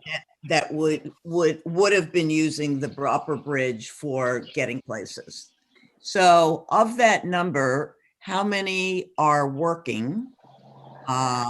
And of that number, how many are not able to do virtual work from home? And I think a lot, obviously, because of who we represent in SEIU, essential workers. Not just healthcare workers, but all kinds of essential workers who are dependent, many of whom are people of color, and are dependent on getting to work. They don't have the luxury of not getting to work. So when I look at business and workforce impacts, I don't totally see that represented there, and it has an economic impact on the worker and their family. And as we think about the kind of financial supports that are needed around rent and food insecurity and all of that kind of thing, it just is one thing that comes to mind. And the other thing, and again, I'm glad to have this discussion offline, but we've been thinking, and I appreciate it's very complex, but that speed to resolve the transportation issue and get a bridge is a critical factor. And yes, I would say you have to have money to pay for it. But has there been any serious consideration about some kind of hybrid option? So I've been hearing repair or replace. I understand there are a unique set of costs associated with potentially some repair and replace, but when you weight all these other impact on business, impact, blah, blah, blah, blah, blah, is there a way that there can be some repair, maybe not full mobility via the bridge, but at the same time, building something that will be around for a long, long time. So those those are points I'd like to contribute. So Diane, thank you so much. The repair option means that's shorthand, and you're new to the group. So repair is shorthand for repair and then replace. So if we repair the bridge, we are eventually going to have to replace it. That's no doubt. And there is an option that we're considering as part of the cost benefit analysis that would put back some lesser version of mobility across the bridge. It is alternative number 1. So I think Bill can make sure that you have all of those backup materials so you can see those options. And I believe that if we look at the mobility attribute, some of that access measures are factored in there, because, and I want to say that one of the things I think we really learned during the pandemic is that when we use the term essential worker, it's everyone, right? If you're working, you're still an essential worker. And so some of those people are healthcare workers and they have to go in. Some of those people are garbage men and they have to go in. And so the question of people getting to work is more covered under the mobility attribute than the workforce attribute. It doesn't mean it's unconsidered. Okay, and I was just thinking on the hybrid of something that is concurrent, not sequential. So I don't know if that's part of repairing and replacing. Yeah, that's something that we would ponder during the type, size, and location study. In order to repair and replace at the same time, it means we would have to have the new bridge be basically off alignment. And an off alignment replacement structure is a lot more years, I think, than any of us are willing to wait. It's just our geography is such that it really limits our ability to have an off alignment solution. Okay, so thank you, Diane and Heather. Could we go, Megan, to slide 31? I think as we are thinking about the attributes, I would like to make sure Diane has a chance to see if you think that there be some specific measurables for these categories, attributes that we have already. Give some feedback if you think that we should be thinking a specific measurable for these attributes as we are thinking.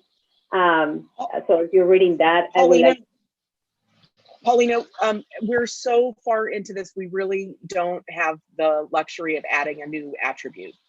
No, I wasn't suggesting that. I'm sorry. I was suggesting like in where on these, we have already categorized them and given the combined percentages. So where do we think that we should be adding the points that Diane is bringing? I wasn't suggesting to add one attribute. But I thought like majority of the discussion today was like coming up with the measurables and how to best. So that's what I'm encouraging people to see it. So thanks for the clarifying. I would like to go to Jasmine and then John Persack. Jasmine, do you have something to add? Yeah, I have a question. On the technical risks Yasmin, slide, could you please introduce yourself? Sorry, I am Yasmin Mehdi. I am representing Congresswoman Pramila Jayapal on the task force. I am looking at the technical risks slide, and on there, this issue of the U.S. Coast Guard making some extra requirement for the bridge.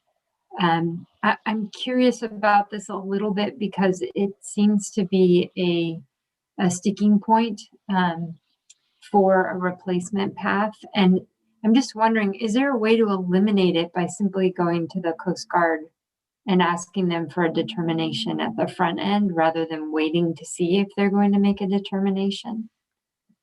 That's the extent of my question. Thank you. There's a process that we have to go through with the Coast Guard. So we're engaged with them in that conversation. There's a report that we have to put together, and we're partnering with Sound Transit because much of the report that they've done for their bridge we can also use. So it's a risk until they decide that they are not going to require additional height. But we're moving down that pathway right now. Seems like we can get back to you with more information, definitely on that. John Persack? Thank you, Paulina. And I wanted to remark on, I guess, a risk factor related to timeline. It's not, this is something that's not very quantifiable, but I want to recognize that there is a risk to future business in the maritime industry with respect to cargo if there is not a solid timeline on replacement. And so to zero in on that, if there's a decision to replace sooner and all of that is built into a timeline, then the customers at the port can make decisions accordingly and plan for that. But if we are in a scenario where we put long-term repairs into the upper span, say for 10 to 15 years, as it looks it could be possible, and we just have a very, very long conversation about what replacement options look like down the road, that event in and of itself presents a risk to local business and the workforce, particularly as it relates to maritime. So I don't know how we quantify that in the discussion, but I think it needs to be elevated a little bit, just so that this is a very public dialogue, and people in shipping are watching it, and there are concerns out there about shipping lines, whether or not they would actually come to Terminal 5, even though there is a lease already signed there by a terminal operator. So that's something that concerns me, and I'm hoping that we can, have a very frank conversation about the importance of making sure we have a solid timeline on replacement sooner rather than later. Thank you, Joe. Can you mention who you are, please? I apologize. My name is John Persack. I live in the Georgetown community, and I also represent maritime labor at the Martin Luther King County Labor Council. Thank you. Do we have a comment or response for John?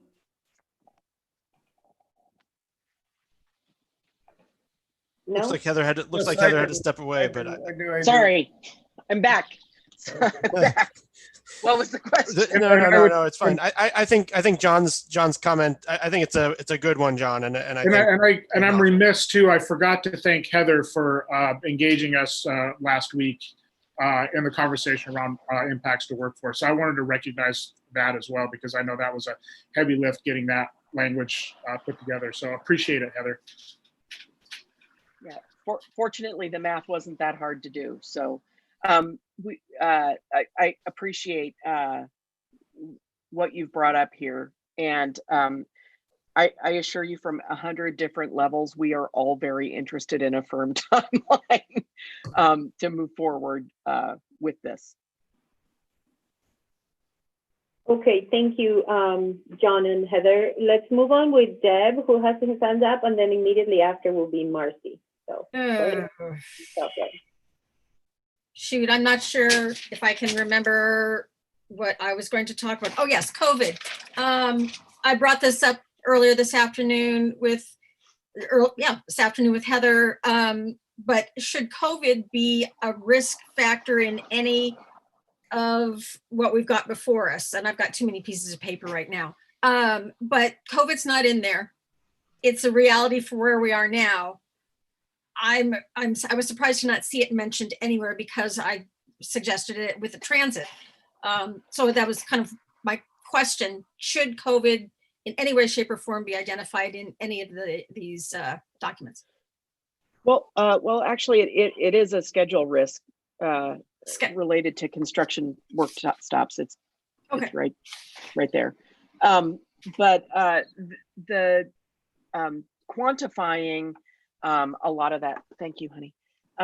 Quantifying a lot of that, the relationship between the bridge closure and COVID is not something that our experts felt like they could pull apart. And honestly, that's a huge conversation that's happening throughout the community, is how do we distinguish between the impacts of COVID and the impacts of the bridge closure, because it really happened at kind of the same time. I know. So it is listed among the risks. It's certainly acknowledged in the full cost benefit analysis report as a qualitative issue. But the experts felt like that was not, given the time and the capabilities, they weren't able to monetize that. Fair enough. And there may be other ways for Diane's issues of quantifying regarding COVID, who's working at home, who's not working at home, and has the abilities to be flexible or not. Maybe there's other ways to obtain that information. We have the data. Yeah, we have the data from the 15,000 responses we got to the survey. Right, there is that, but there may be other folks who have other agencies, I'm thinking, who may have that could even be a footnote. Nothing concrete. We do have everything that came out of the survey, and that's very valid, but it wasn't maybe broad enough, perhaps, for well, we got 22% of the registered voters. So I feel really, really good about our sample size. Okay.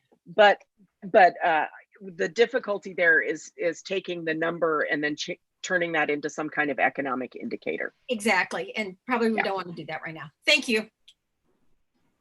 Thank you, Debbie.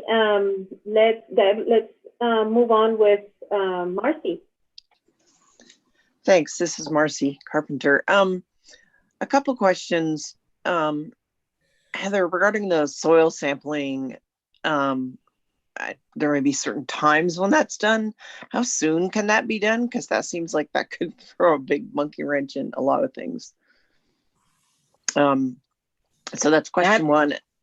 Go ahead and answer that. That's a really good question that I do not know the answer to, but we will take a note and get back to you with that answer. Yeah, because I mean, we could decide a lot of things or recommend a lot of things, and then if the soil sampling makes something not an option. The other question I have is on the funding opportunities slide about the legal authority. So it talks about read my notes here. Existing legal authority, legal at the state level, but City of Seattle is not authorized. So just need to understand what that.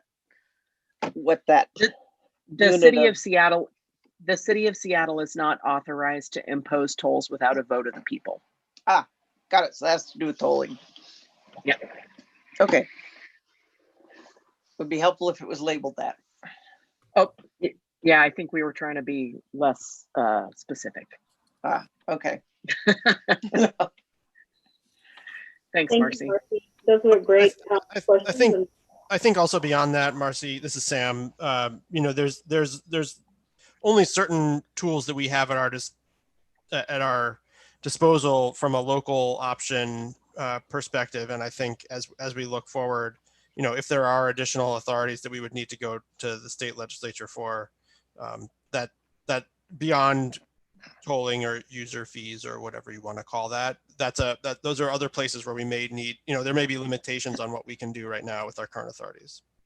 This is Deb. I'm just going to jump in real quick and say that the Planning and Land Use Committee today pushed out comp plan amendments, and there is a West Seattle High Bridge emergency closure comprehensive plan amendment to look at different ways of potential mitigation. And there's even something about trying to get impact fees imposed maybe a little bit earlier.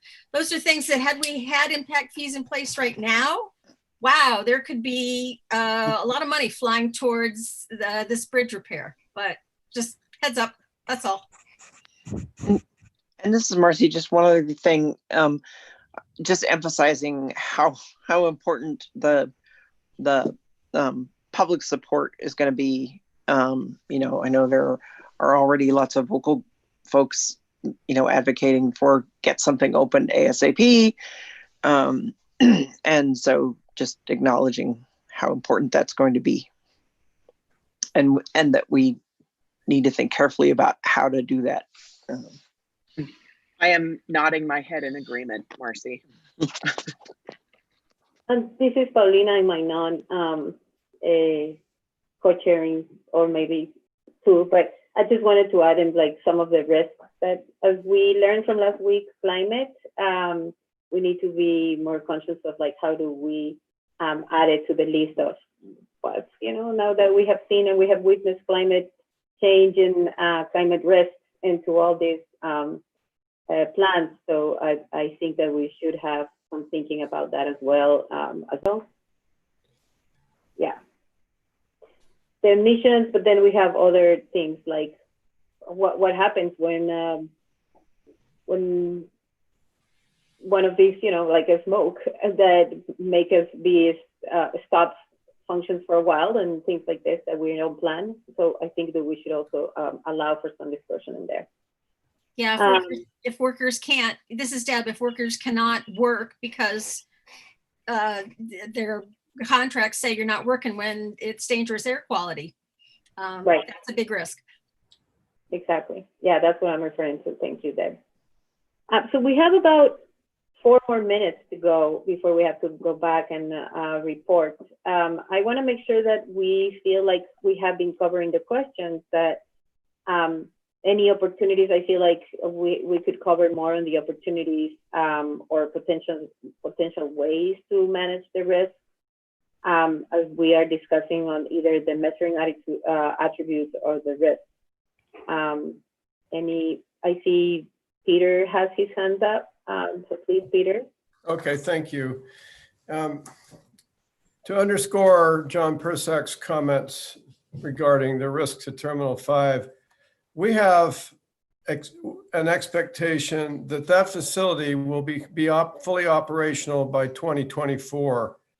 There's over 5,000 direct and indirect jobs directly tied to that facility. It will handle 13% of all of our containers at the Northwest Seaport Alliance, and generate hundreds of millions of dollars in labor income alone, not to mention the business benefits and the tax revenues that will be accrued and the rest of it. So if we're looking at risk, these are some of the most measurable and enormous economic and labor impacts. If that bridge, if the High Bridge is not restored to full capacity by 2024, that's the bottom line right there. All of these other issues fall short of that in terms of the timeline and the critical need to get that capacity back. We cannot operate that terminal with just a low bridge capacity and the traffic congestion that will only get worse. So I can't, you know, I've voiced that loudly enough. I've said it many times. I'd say it again. But there is so much at stake here that I think it constitutes the greatest risk of all, the potential delay.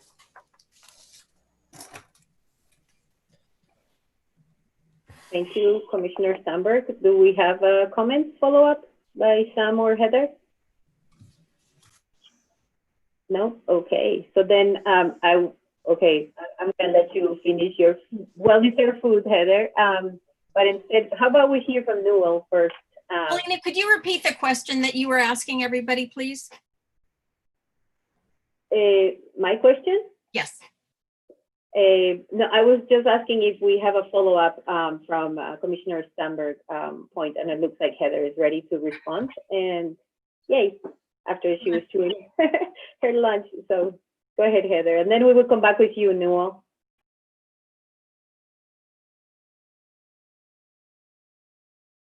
You're still muted, Heather. Muted, you're muted. Sorry about that. I'm just still trying to fit in all the things that are necessary for my life.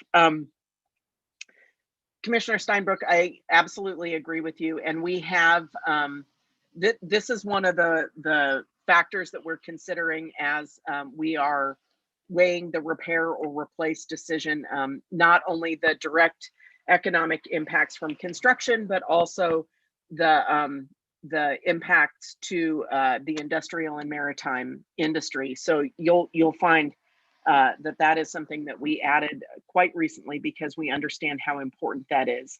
And I also just want to clarify that the risks are risks to the project. So for this purpose, it's a risk to the project, not a risk to the broader economy. I think that everyone here, whether you're affiliated with the maritime industry or not, totally supports as moving as quickly as we can down whichever pathway we choose. We just want to make sure that we're making a good decision based on all the factors that we have to ponder.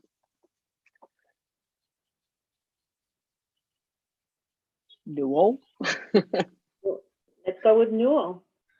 Thank you, Paulina. I know we're running very short on time. This is Newell Aldrich from the Office of Councilmember Herbold. Partially related to what Paulina noted, just wanted to briefly emphasize on Councilmember Herbold's behalf the importance of equity that especially pertaining to vehicle trips and carbon emissions in marginalized communities in the Duwamish and the south end of the peninsula. So, in the short term during any construction and potentially in the long term regarding what solution is found. If, for example, tolling is used, there could be some risk of diversion on a permanent basis. And just secondly, emphasizing the short and long-term importance of business and workforce impacts on small businesses especially. Thank you.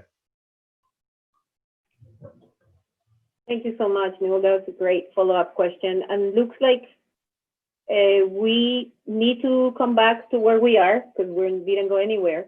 But if you will have 1 minute to go and have a bio break or have a glass of water, please feel free to do so. And I'm sorry if I missed anyone.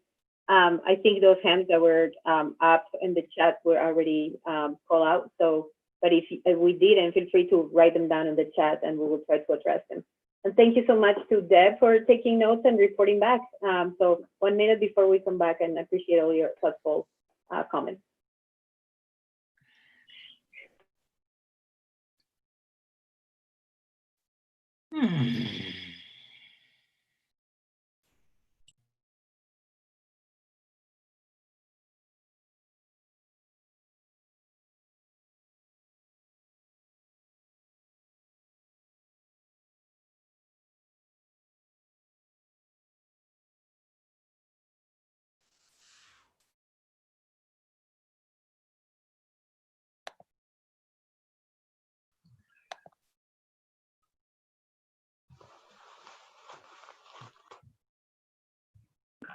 Greg, you're back. Yes, how did your group do? Oh, Group A was excellent. Outstanding, that's great. Ours, Group B was, I can't think of a better group. Always time seems to be our enemy, but I think we had very good conversations to do a follow-up. So who's going to be reporting back on your group? Well, that was the one step that I missed. I didn't ask for a volunteer, so I guess I will sum up our conversation, but it won't be up to the standard that, say, Deb always sets. Yeah, next time you should volunteer Peter Goldman. He loves reporting back. Peter, is that a yes? Okay, do we look like we have? It's not retroactive, I can tell you that much. Do we feel like we have everyone back, Michael and Bill? We're pretty close. A few folks may have dropped off. We're at 35, and that's close to critical mass. We're hovering around 40 to 42 during peak participation. But given the late hour, I think it's appropriate to get started. I always want to remember that word that you always use, critical mass. How about we start in reverse order with Group B and then Group A? Absolutely. So Group B had a very good conversation. We focused on a couple of pieces of the work that we're about. One was the business and workforce impacts, whether we're capturing that effectively in the way it's defined currently, or whether we need to both take a look at it more broadly. What impact does this have statewide, given access to international markets through the port, or statewide impacts because of the significance of this facility. Second, whether we should focus more narrowly in terms of what is going to happen to the local businesses that can't get to market, or customers can't get to the business because of the closure of the bridge. So we had a good conversation about business and workforce impacts, and Greg Izzo responded to those, I think, as best he could, and indicated that they'll take a look at that in this next week's worth of work that they're doing on the cost-benefit analysis. Secondly, we took a look at capacity and had, I thought, a good conversation around capacity, both capacity of a replacement structure, or I guess tunnel's a structure. So whatever the replacement is, will we be able to accommodate the capacity, given how the density is increasing on the west side, and how crowded the bridge was already, well beyond what had been anticipated when it opened in the mid-1980s. We talked about how the policy direction tends to be toward using transit to make that new capacity, as opposed to new lanes on a replacement bridge. But there was strong concern about whether capacity is being adequately looked at, and particularly with regard to replace versus repair. So again, I thought we had a good conversation around those issues. If I missed anything, I hope Group B folks would pipe up. But that was, I think those two areas were kind of the focus of our conversation. Great, thank you, Greg. Any follow-up conversation briefly, or additions to Group B?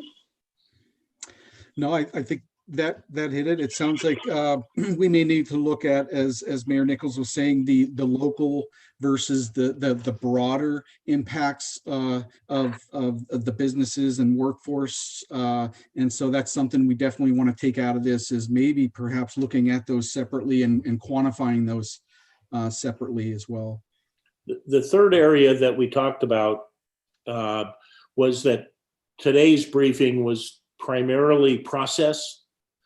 Here are the risk analysis pieces, here are the attributes, but they weren't filled with the data that we're going to need to make an informed decision or make informed comments on replacement versus repair. We need to know, how long is the thing going to last? If it's repaired, what's it going to cost? Will it be fully functional, or would it have to be restricted? Those kinds of questions are important. And what Greg indicated was a lot of that data is coming very soon, that perhaps we will see some of that in the next week, and then we'll be able to take a look at it and absorb it, give it some thought for our following meeting, 2 weeks. I think it's 2 weeks from today. So that's critical. If we're going to make an informed set of comments to the mayor, we really need to know those pieces. Otherwise, we're just talking process, and you can't really make decisions based exclusively on process. Agree. So, Paulina? Thank you, Mayor.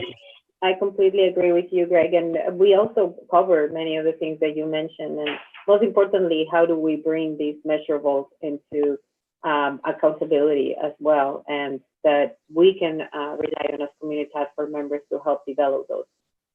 Deb, would you like to report on Group A? Absolutely. And we had some, yeah, I am unmuted. We had quite a bit of discussion. I'm just going to read through with the folks who spoke, identify them up front, and then just go over their comments. Commissioner Steinbreck was feeling that the funding risk was the #1 risk for him. He comes back later on and he'll share another risk, but the funding component, whether it's replace or rebuild, is truly something he's very concerned with. Diane, who is, this was her first meeting, and so she had that great time of trying to capture everything all at once in something that's super thick. But she was asking questions, just wanting a little bit about some attributes, and is COVID, the COVID component with people who can work at home and versus people who cannot work from home. How is that quantified within the report? And has the economic impact, sorry, the folks who are not able to work from home, they have an economic impact on their family. So she was wondering if the attributes had reflected that. And Heather did mention that the Reconnect West Seattle survey did have a very high percentage of returns from this community, from the South End community, and had good numbers to identify that attribute. Diane also questioned about the speed at which, you know, this seems to be taking, knowing that getting that bridge closure, getting the bridge open is very critical. She asked about, are there any hybrid options for something that's temporary and then full-time later on? So Heather again responded that actually the repair/replace is more of a hybrid sort of scenario to look at, but that SDOT has taken and looked at every huge broad range of options. Yasmin talked about the technical risks with the Coast Guard and wondered about, can they find out about the Coast Guard's willingness to grant an exception or not on if there is a new bridge, and does that new bridge need to be taller? All those uncertainties. Heather indicated that actually SDOT is already working on that very request, the paperwork, if you will, with the Coast Guard. And it's great to hear that SDOT is also working, looking at Sound Transit's paperwork, that they're also reporting on the height of any potential new bridges. So great to hear that things are already, they're already ahead of us, they being SDOT, ahead of some of the ideas that we had. John Persick reported that there is risk to future maritime operations if there is no certain time frame of replacement rebuild available. And yet that we all understood that the port and the maritime industry is not the only one who's interested in getting resolution. No one likes this uncertainty, and everyone is very interested in getting to a answer. I brought up a COVID risk component within the scheduling risks, and was shown again where that actually is within the risk categorization. Marcy brought up a real great point about the soil sampling and the risks identified with, potential risks identified with that. And she asked how soon the soil sampling could be done. And it was a great question that Heather's going to be taking back to her team. And then there was also a question about some funding, needing clarification about what the legal authority with the funding component meant. And that actually is the fact that the city of Seattle is not authorized to impose any tolls or taxes along those lines, and that's part of the state's obligation. So it's something we've already discussed, but it was just needed to be identified as a risk. And there was the suggestion that we might want to make that a little bit more transparent what that stands for.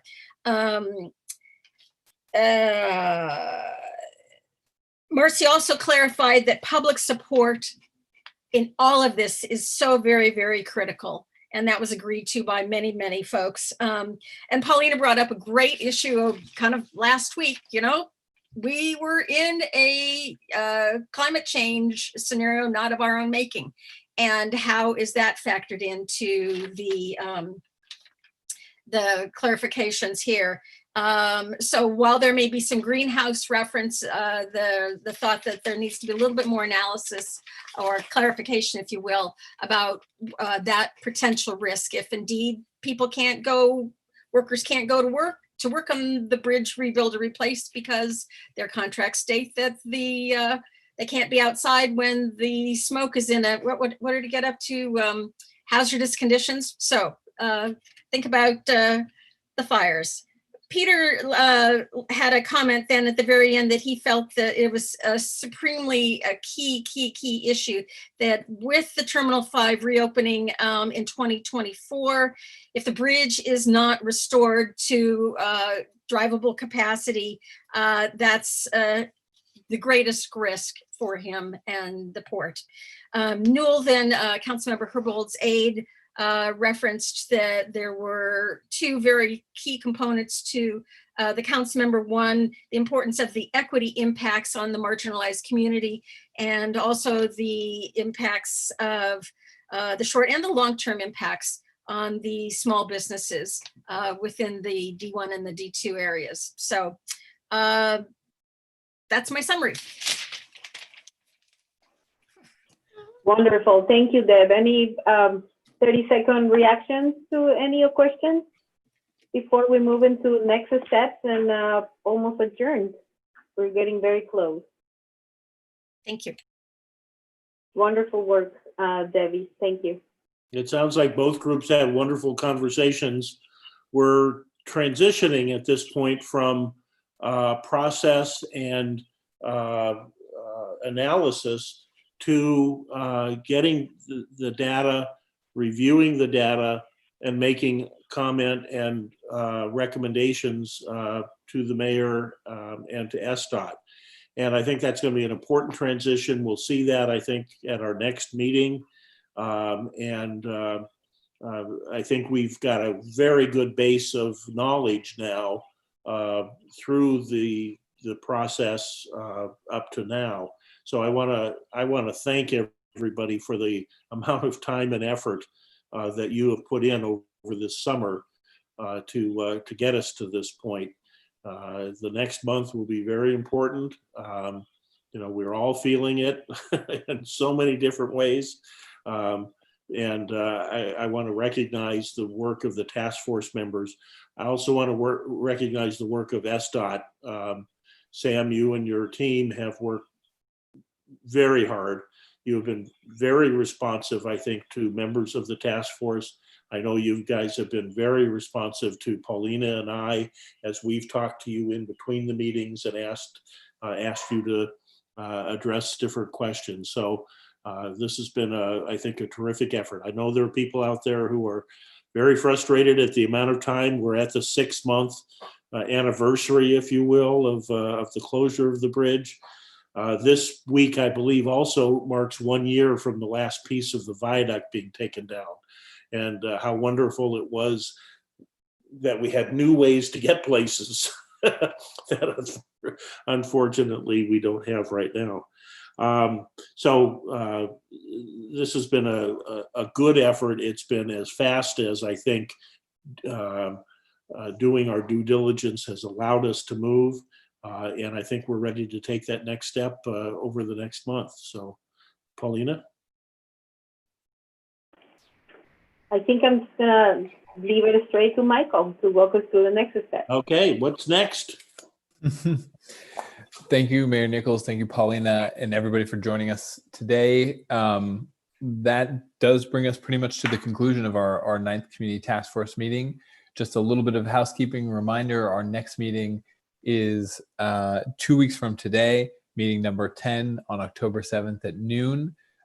We are going to continue to utilize the Zoom platform. I feel like other than a 2 or 3 minute little figuring out how to get people in and the right buttons available for everyone, it was much easier to utilize. And we'd welcome comments on that, by the way. What was strong about it, what you found wanting, and give us a chance to address that if we might. Exactly. So we certainly welcome all types of feedback, from content to the platform and how we can improve. One shortcoming this time was we hope to have closed captioning, just for a little peek behind the curtain for this platform to actually have closed captioning. You can't really use the AI function in the live broadcast feature. You actually have to have somebody doing live captioning, and that person was available and then they weren't. And so we will do better every time, but specifically in ways that reflect the feedback we receive. So thank you, everybody. We look forward to seeing you on October 7th, our 10th meeting, where like Mary Nichols was saying, we'll be diving a little bit deeper into the data. And just a friendly reminder, it's very, very helpful to hear from you on those feedback forms. So please, I encourage you, before you go, now that everything is warm in your brain, just do a quick click. That helps Greg and I make sure that we're responding to what you think is important as a community task force. So I really want to encourage you to take an extra, since we're releasing you a minute earlier, you may want to take a couple of minutes to help us with that feedback and help us plan for the next meeting. And thanks for those of you also who email us, Greg and I, with suggestions. So have a wonderful rainy afternoon, everyone, and thank you for your time and thoughtful presence. Take care, everybody.